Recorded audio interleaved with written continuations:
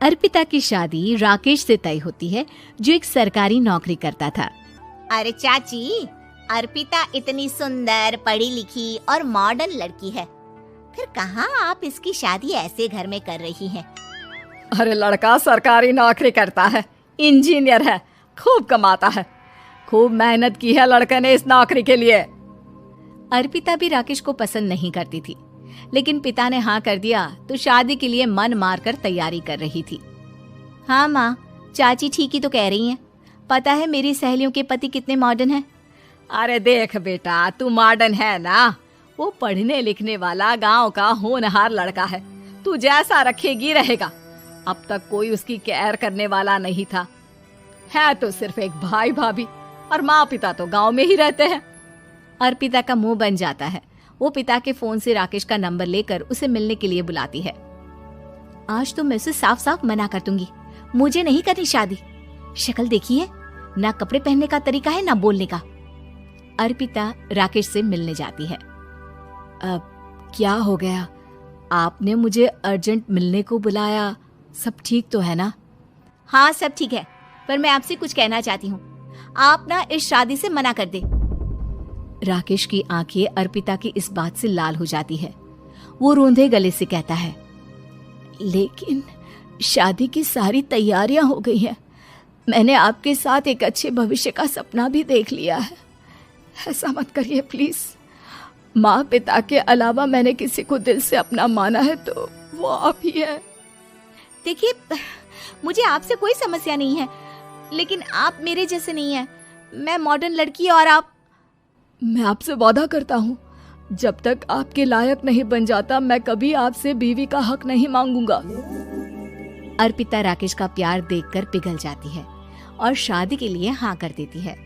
दोनों की शादी हो जाती है, लेकिन शादी के बाद राकेश की भाभी, जो कि पूरी की पूरी देहाती थी। ए राकेश, उठ, जब पानी भर कर ला और तेरी बीवी को बोल के चूल्हा लगा दिया है, रोटी बना ले। क्या है ये सब? और तुम्हारी भाभी इस तरह चिल्ला क्यों रही है? क्या करूं, भाभी ही खाना बनाती है और मुझे पढ़ने के लिए इस घर में रखा, तो मैं घर का सारा काम कर देता हूँ। अब तुम आ गई हो, अपने तरीके से देख लो। ये मकान तो तुम्हारे पापा ने बनवाया था ना, शहर में, ताकि बेटा पढ़ाई कर सके। हाँ, पर भाभी ही पूरे घर में रहती है। ठीक है, देखो अब। अर्पिता बाहर जाती है। सूट पहनी अर्पिता को देखकर जेठानी का पारा हाई हो जाता है। ए शहर की हीरोइन, यहाँ ना चलेगा ये सब, समझी? साड़ी पहनो, साड़ी। वो नारंगी वाली निकाले हैं तुम्हारे लिए, जिसमें हरे रंग का फूल बना है, और सीधे पहुंचो रसोई में। मेरे आगे नहीं चलेगा ये सूट बूट का नाटक, समझी? देखिए भाभी, आप बड़ी हैं, आपने राकेश की पढ़ाई में मदद की, लेकिन ये मकान इनके पिताजी का है, तो मैं अपना पोर्शन अलग कर रही हूँ। मैं आज से आपके साथ नहीं रहूंगी। जेठानी का तो मानो पारा ही हाई हो जाता है। और ऐसा कैसे नहीं रहेगी? हाँ, और कौन बोला कि राकेश अलग हो जाएगा? वो अपने भाई के बिना नहीं रहता। आज देखिए तो, देखिए कल के आई छोरी क्या बोल रही है। राकेश के साथ बात हो गई है, मैंने ऊपर का हिस्सा राकेश को दे दिया है, उसके अपनी जिंदगी शुरू हो रही है, तो अच्छा है ना कि अब रसोई भी अलग हो जाए। अर्पिता राकेश की ओर फक्र से देखती है कि उसने अर्पिता के लिए स्टैंड लिया। अर्पिता बाजार में जाकर सारा रसोई का सामान ले आती है।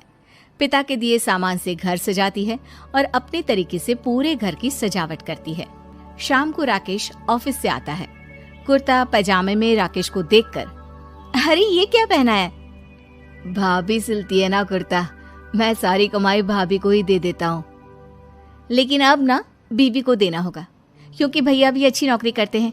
भाभी अपने पति का पैसा संभाले और मैं अपने पति का पैसा संभालूंगी। तभी भाभी आ जाती है। अरे देखो, बहुत हो गया। हाँ, अलग रहने तक तो ठीक था, लेकिन पैसा हम एक फूटी कौड़ी नहीं देंगे। बचपन से तुम्हारे पति को हमने पाला है, उसका हिसाब दो। अच्छा, हिसाब चाहिए? कितना पढ़ी हैं आप जो आपको हिसाब चाहिए? बड़े भाई हैं उनकी, जिन्होंने उन्हें पढ़ाया लिखाया। वो हिसाब मांगेगी तो जरूर दे दूंगी भाभी। अरे देख, हाँ, अगर तूने पढ़ाई की है तो मैं भी अंगूठा छाप ना हूँ। अरे 5 की क्लास तक पूरी पढ़ाई की है, समझे। वैसे भी कल इन लोगों के माँ बाबूजी आ रहे हैं गांव से, वही लोग ठिकाने लगाएंगे तुझे। अगले दिन सास ससुर आते हैं, दोनों बहुत ही सीधे लोग। अच्छा किया जो ऊपर के हिस्से में राकेश की गृहस्थी लगा दी। अब दोनों बेटे अपना अपना देख ले। छोटी बहू कहाँ है? अरे बहुत ही चालाक है माँ जी, ऐसी जबान चलाती है जैसे दर्जी कैंची चलाता है। वैसे बहू तुम भी कम नहीं थी। और सुनाओ।